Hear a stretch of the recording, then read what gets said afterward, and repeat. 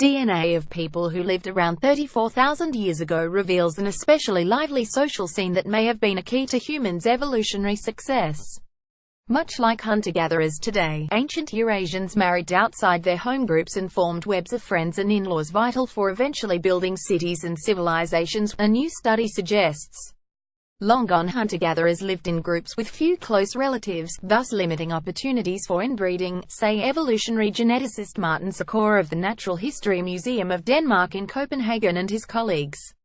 It's likely that adolescents of both sexes found mates in communities other than their own, fostering social ties among groups that might otherwise avoid or fight each other, the scientists conclude online October 5 in Science.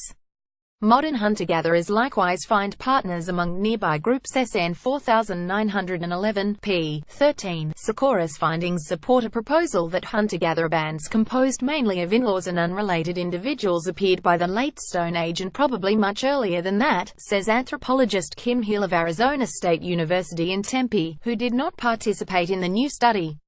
The emergence of in-laws boosted communication and social learning across groups, a prerequisite for creating civilizations. Hunter-gatherer social structure is apparently unique to humans and is the reason why we alone are so reliant on culture and have achieved the marvels of technology and human society, Hill says. The new study undercuts a long-standing idea that Stone Age hunter-gatherers clustered among close kin, with men forming alliances and guarding home territories against competing groups, much as chimpanzees now do. If that's true, then the spread of agriculture around 10,000 years ago may have been what led modern hunter-gatherers to develop extensive social networks. But Sikora's study shows that modern humans already lived in socially fluid societies well before the origins of agriculture, says anthropologist Andrea Migliano of University College London. Living in small, interacting groups consisting mainly of those who weren't kin made sense for people roaming near Arctic parts of Europe and West Asia starting around 40,000 years ago, says paleoanthropologist and study co-author Marta Mirazin-La of the University of Cambridge. Those hunter-gatherers had to forage over large areas to survive, and mate exchanges among groups minimized inbreeding, she contends. Skeletons of 4 people buried at a Russian site called Sungir provided DNA for the new analysis. These individuals include a man in his own grave and 2 preteens or early adolescents placed head-to-head in the same grave, near a piece of an adult's upper leg bone filled with a red pigment. Both graves included fancy items such as ivory beads and spears, armbands and carvings.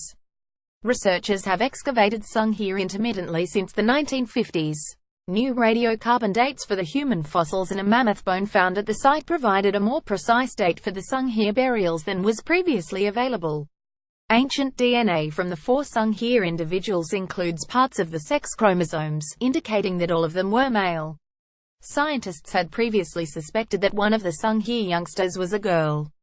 Genetic comparisons found no signs of close biological kinship.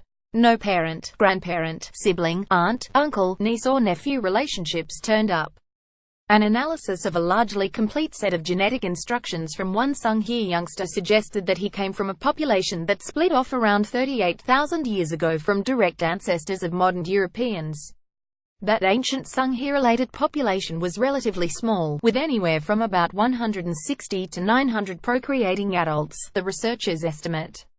In rough agreement with previous estimates for present-day Europeans and East Asians, Sungir individuals inherited about 2.5% of their DNA from Neanderthals. Sikora's team finds that interbreeding occurred around 55,000 years ago, the investigators calculate.